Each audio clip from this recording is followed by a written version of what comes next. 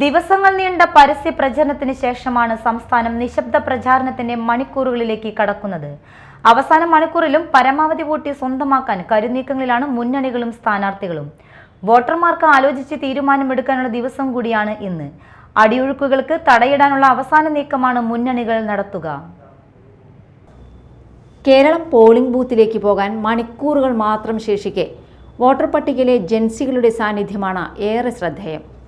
ആകെയുള്ള വോട്ടർമാരിൽ ഏകദേശം 18.56% ജൻസികളാണ്.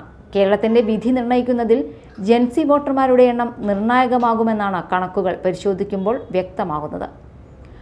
1997നും 2012നും ഇടയിൽ ജനിച്ചവരെയാണ് പൊതുവെ ജൻസികൾ എന്ന് കണക്കാക്കുന്നത്. ഇതനുസരിച്ച് വോട്ടർ പട്ടികയിൽ ഉൾപ്പെട്ട 50,39,191 പേർ ജൻസി വിഭാഗത്തിൽ പെടുന്നവരാണെന്ന് കണക്കാക്കാം. 25,24,291 പുരുഷന്മാരും 25,14,822 സ്ത്രീകളും 78 ട്രാൻസ്ജെൻഡർ വ്യക്തികളുമാണ് ജൻസി വോട്ടർമാരുടെ പട്ടികയിൽ ഇടം നേടിയിരിക്കുന്നത്.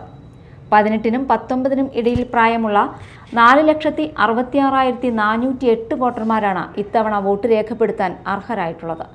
ഇതിൽ 2,34,707 പേർ പുരുഷ വോട്ടർമാരും 2,31,701 പേർ സ്ത്രീ വോട്ടർമാരുമാണ്.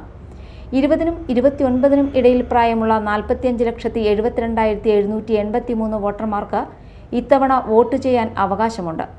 ഇതിൽ 22,89,584 പേർ പുരുഷ വോട്ടർമാരും 22,83,121 പേർ സ്ത്രീ വോട്ടർമാരും 78 പേർ ട്രാൻസ്ജെൻഡർ വ്യക്തികളുമാണ്.